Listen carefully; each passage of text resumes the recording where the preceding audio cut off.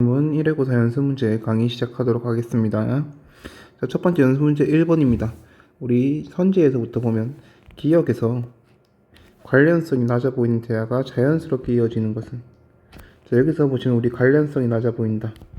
이 부분 같은 경우에는 관련성의 경륜을 어기고 있다 라고 볼 수 있겠죠. 자, 그럼 우리 관련성의 경륜이 있는 협력의 원리 4가지 기억을 해 두셔야 될 겁니다. 협력의 원리 같은 경우에는 첫 번째로 양의 경률, 두 번째로 질의 경률, 세 번째로 관련성의 경률, 네 번째로 태도의 경률이 있었다. 친구들 체크해 두시기 바랍니다. 자, 자연스럽게 이루어지는 것은 대화 참여자가 공유하고 있는 지식과 관련이 있다. 이 말의 즉슨 관련성의 경률을 어겼음에도 불구하고 대화가 자연스럽게 이루어진다. 즉 대화 함축에 대한 설명이라고 볼 수 있겠죠. 자, 그럼 진짜로 대화 함축이 일어나는지 한번 확인해 보도록 하겠습니다.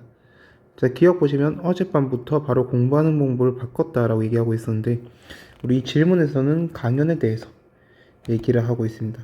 하지만 준수 같은 경우에는 답변으로 공부하는 방법을 바꿨다라고 해서 강연이라는 화제에서 벗어난 내용을 얘기하고 있기 때문에 관련성의 경륜을 어기고 있다라고 볼 수 있겠습니다. 하지만 그럼에도 불구하고 영희가 맞아, 우리한테 꼭 필요한 정보였어라고 하면서 해당 내용이 자연스럽게 이루어지는 것을 통해서 강연이 바로 공부하는 방법과 관련이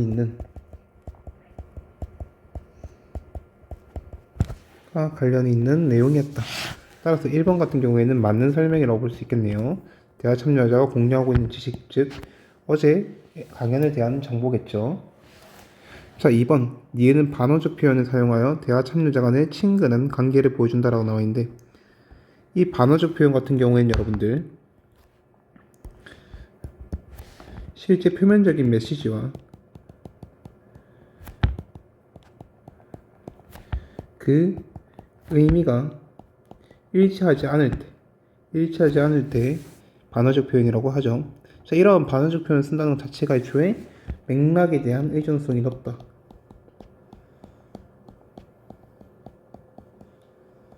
즉 상대방이 화자가 청자에게 얘기를 할 때 이 표면적 메시지가 아니라 이 의미에 대해서 캐치할 수 있는 정도니까 맥락 의존성이 높다. 다른 말로 서로 어느 정도의 관계가 형성되어 있다는 것을 볼 수 있습니다. 자, 그래서 우리 니은 보시면 우리 잘하면 대학까지 그 지겨운 얼굴이라고 해서 지겹다라는 부정적인 어휘를 선택하고 있어요.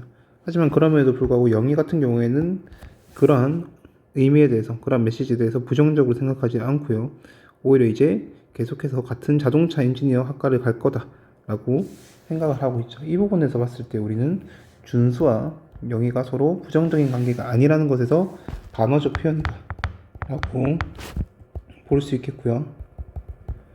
즉 실제로는 지겨운 게 아니라 그만큼 우리가 오랫동안 봤다, 즉 친근하다는 걸 반어적으로 나타내고 있다고 볼 수 있겠습니다. 그래서 2번 또한 문제가 없다라고 볼 수 있겠네요. 자, 3번 디귿에서 요구받는 것보다 많은 정보를 제공하여 라고 나와 있는데, 우리 이거 요구받는 것보다 많은 정보를 제공하는 것, 협력의 원리에서 TMI, 바로 양의 경률에 해당하죠. 그래서 양의 경률을 어겼다. 즉 이것 또한 의도적으로 뭐다? 대화 함축에 속하는 친구다 라고 볼 수 있겠네요. 그를 통해선 진실성을 강조하려고 했다. 즉 자신의 진심을 보는 메시지를 강조했다라고 바꿀 수 있겠죠. 자, 우리 디귿 한번 볼게요. 디귿에서 어릴 적부터 만든 모형 자동차만 해도 좋기 100개는 되니까 자동차 엔지니어가 꿈이라고 할 수 있지. 근데 수학 성적이 점점점에서 영희가 지금 자동차 엔지니어가 꿈인지 정도의 정보를 요구하고 있는데, 이에 대해서 준수가 어릴 적부터 자동차에 대해서 얼마나 좋아했는지에 대해서 설명을 하고 있죠. 자, 요구하는 정보보다 많은 걸 제공했기 때문에 양의 경률을 어겼다라고 볼 수 있고요. 하지만 이 의미가 곧 바로 수학 성적이 점점점하면서 자신이 성적이 낮고 그럼에도 불구하고 엔지니어를 꼭 되고 싶다라는 강한 의지를 나타내기 때문에 여기서는 진실성을 강조한다고 볼 수 있겠네요. 그래서 3번 또한 정답이 아닙니다. 자, 그 다음에 4번 보겠습니다. 리을은 질문이 아닌 격려의 의미를 표현했다는 점에서 바라의 의미와 문형의 관계가 고정된 것이 아님을 보여준다. 자, 이 말은 즉슨 여러분들 우리 수사 의문문 같은 케이스가 있죠. 즉 형식은 의문문인데 의미는 아닌 것이죠. 예를 들어서 선생님이 너네한테 밥 한 끼 못 써주겠니? 라는 발화가 있다고 칩시다.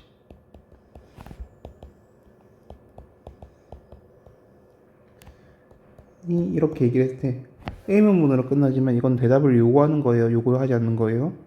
그렇죠. 요구하지 않는 것이죠. 이렇게 실제 형식은 의문문을 띄고 있지만 그 의미가 다른 케이스가 있습니다.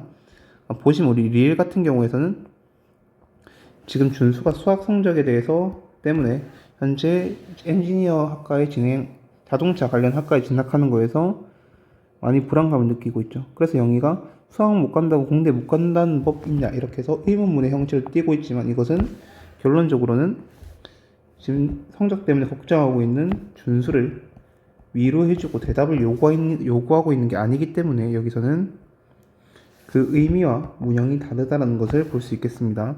또한 그 소문 의미 같은 경우에는 위로, 다른 말로 격려의 의미를 표현했다 라고 볼 수 있겠네요. 따라서 4번 또한 옳은 지문이라고 볼 수 있겠습니다. 옳은 선지라고 볼 수 있겠죠. 자, 그 다음에 이제 5번 보겠습니다. 5번에서 미음은 질문의 의도에서 벗어난 답변을 하면서 라고 나와 있어요. 이것 또한 일종의 대여 함축의 중에 하나라고 볼 수 있겠죠. 그 다음에 잘못된 질문을 교정한다.